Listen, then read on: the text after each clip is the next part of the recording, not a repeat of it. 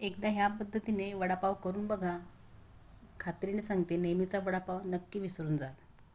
चला मग करूया सुरुवात. तर त्यासाठी सुरुवातीला एका मिक्सरच्या भांड्यामध्ये थोडासा लसूण घेतलेला आहे, 7-8 पाकळ्या. त्यानंतर आलं थोडंसं इंचभर, 5-6 किंवा आवडीप्रमाणे हिरव्या मिरच्या, त्याचं वाटण करून घ्यायचं आहे.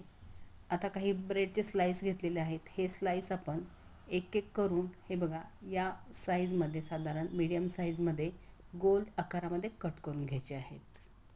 हे बघा या पद्धतीने आपल्याला एक एक ब्रेड घेऊन असं गोल शेपमध्ये कट करून घ्यायचे आहेत. एकाच वेळेस जास्त ब्रेड एकावर एक ठेवून जर कट करायचा प्रयत्न केला तर त्याचे तुकडे जास्त होतात. त्यामुळे मी एकच ब्रेड एका वेळी घेऊन कट करून घेतलेले आहेत. आता एका भांड्यामध्ये आपल्याला हव्या त्याप्रमाणे किंवा आपल्या आवश्यकतेनुसार बेसन पीठ घ्यायचं आहे. त्याच्यामध्ये सुरुवातीला हळद, हिंग, लाल तिखट, ओवा, चवीप्रमाणे मीठ घेऊन पाणी घालून सुरुवातीला अगदी थोडं थोडं पाणी घालायचं आहे आणि हे व्यवस्थित मिक्स करून घेऊया.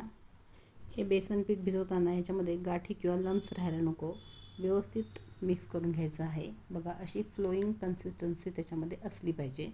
या पद्धतीने आपण पीठ भिजवून घ्यायचं आहे. आता एका कढईमध्ये आपण तेल घेतलेलं आहे.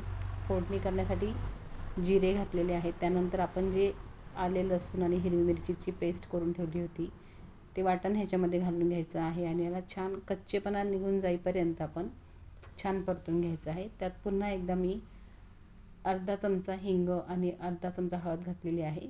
कढीपत्ता थोडासा घालून घ्यायचा आहे आणि छान परतून घ्यायचं आहे.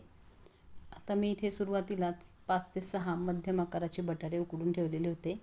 ते आता मी हातानेच मॅश करून ह्याच्यामध्ये घालणार आहे.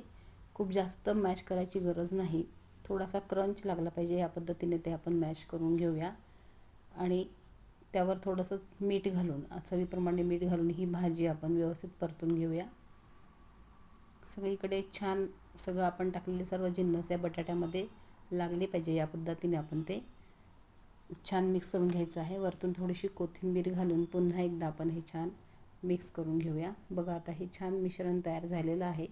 आता ब्रेडचे आपण जे गोल कट करून ठेवलेले आहेत त्यावर थोडीशी भाजी घालून घ्यायची आहे आणि व्यवस्थित, खूप जास्त भाजी घालायची नाही आहे. बघा व्यवस्थित सारखे सगळीकडनं पसरवून घेऊन दुसरा एक गोल किंवा एक तुकडा त्यावर घालून घ्यायचा आहे आणि छान सगळीकडनं एकसारखं प्रेस करून आपण हे जे बॅटर तयार करून ठेवलेलं आहे डाळीच्या पिठाचं, त्यामध्ये बुडवून व्यवस्थित सगळीकडनं पीठ लागेल, बॅटर लागेल, आपण या पद्धतीने मिक्स करून घ्यायचं आहे ते. आणि आता हे आपण कढईमध्ये तळण्यासाठी सोडायचं आहे. हे वडे करताना आपण कढीपत्ता, त्यानंतर कोथिंबीर, हिरवी मिरची, लसूण याचं जे वाटण घातलेलं आहे ना, खरं त्याच्यामुळे ह्याला खूप छान टेस्ट येते. आता हा वडा तळताना वरतूनही सारखं तेल टाकत राहायचं आहे, म्हणजे एकाच वेळेस तो दोन्हीकडनं छान फुलून येईल, नाहीतर तो वरच्या बाजूने थोडासा सुकल्यासारखा होतो.